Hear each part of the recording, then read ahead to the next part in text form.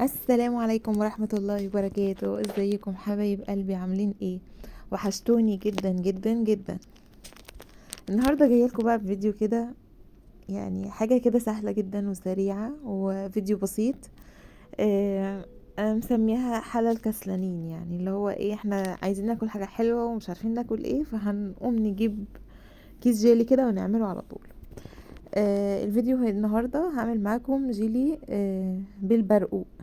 يعني جيلي، هو جيلي بالفراولة وهقطع جواه برقوق. آه تابعوا معايا بقى الفيديو. انا هنا عندي عبوة دريم جيلي بالفراولة. هي بتبقى 3 أظرف.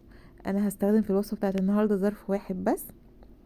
وعندي كوبايتين من المية، واحدة سخنة مغلية والتانية مية عادية. وعندي كان عندي كده 3 برقوق كده مركونين في التلاجة. قلت لهم تعالوا ما نعملكم ايه في الجيلي بتاعنا. ادي هنا بقى الظرف بتاع الجيلي.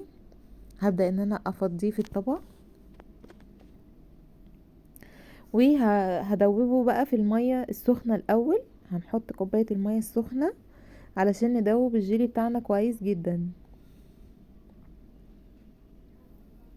الفيديو بتاعنا بسيط قوي النهاردة. يا رب يا رب يعجبكم. حاجة سهلة قوي، قوموا كلكم اعملوها. آه وما تخافوش، مش هتسقعكم في الجو اللي احنا فيه ده، حلو. اضطري علينا.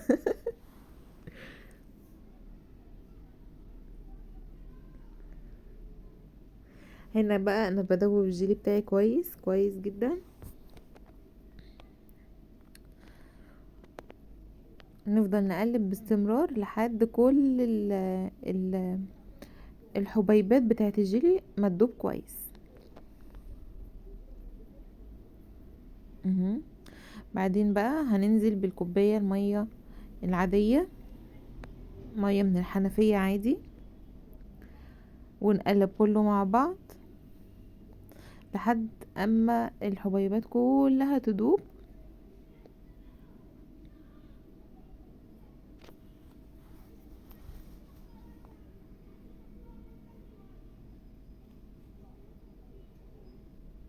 نقلب كده، نقلب قلب قلب قلب بالشكل ده.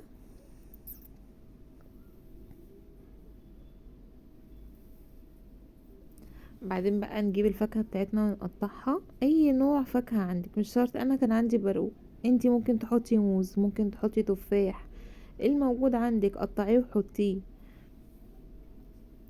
بتبقى حاجة حلوة وتخلي، يعني تخلينا ان احنا ندي لأولادنا الفاكهة في الحاجة اللي هما بيحبوها. طبعا الأولاد كلهم بيحبوا الجيلي، ما فيش اختلاف عليه. فندخل لهم بقى، بدل ما هو يبقى جيلي كده وخلاص، مية وخلاص، لا نحط لهم فيه حاجة كده مفيدة. فنحط بقى فواكه من عندنا، برقوق ماشي، موز ماشي، تفاح ماشي. اي حاجة اي حاجة موجودة حطيها، حتى لو برتقان، اي حاجة. اهو كده قطعنا البرقوق بتاعنا وحطيناه في الجيلي، ونبدأ بقى ان احنا نحطه في الاطباق.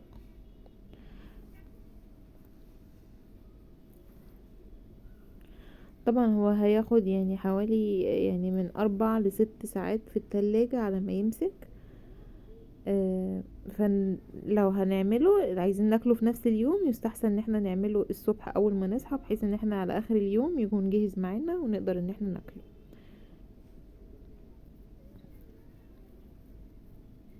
لو مستعجلين عليه بقى ممكن نحطه في الفريزر ساعة، آه وهيبقى جاهز وهيبقى تمام جدا.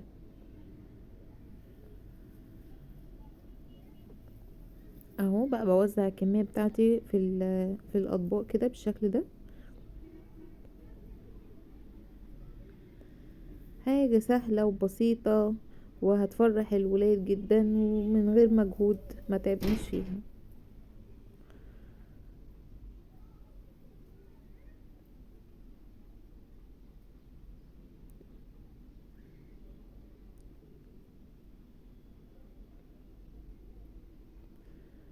كده خلاص وزعنا بقى كل الكمية بتاعتنا ويلا بينا على التلاجة. ده كده الجيلي بتاعنا هو شكله من قريب، ده كده قبل ما ندخله التلاجة. انا بقى هحطه في التلاجة وان شاء الله ايه تشوفوه بعد ما يجمد ويبقى جاهز للاكل. ده الشكل النهائي بتاعه، خطير خطير بجد، يجنن وطعمه تحفة. الميكس البرقوق مع الفراولة هايل، طعمه حلو قوي. اتمنى ان انتوا تجربوه، واتمنى ان الفيديو يكون خفيف على قلبكم، وان هو يكون ينول اعجابكم. لو عجبك الفيديو بتاعي ما تنسيش ان انت تحطي لي لايك وتشتركي في القناة وتسيبي لي تعليق حلو علشان يوصلك مني كل جديد، وتشجعوني كده وتخلوني اعمل لكم فيديوهات دايما. واشوفكم ان شاء الله في فيديو جديد ووصفة جديدة. تقدروا انتوا تسيبوا لي تحت في التعليقات ايه هي الوصفات وايه هي الاكلات اللي عايزين ان انا اعملها لكم. وان شاء الله اعملها لكم في فيديو بطريقة سهلة وبسيطة. اشوفكم ان شاء الله في فيديو جديد، ومع الف سلامة.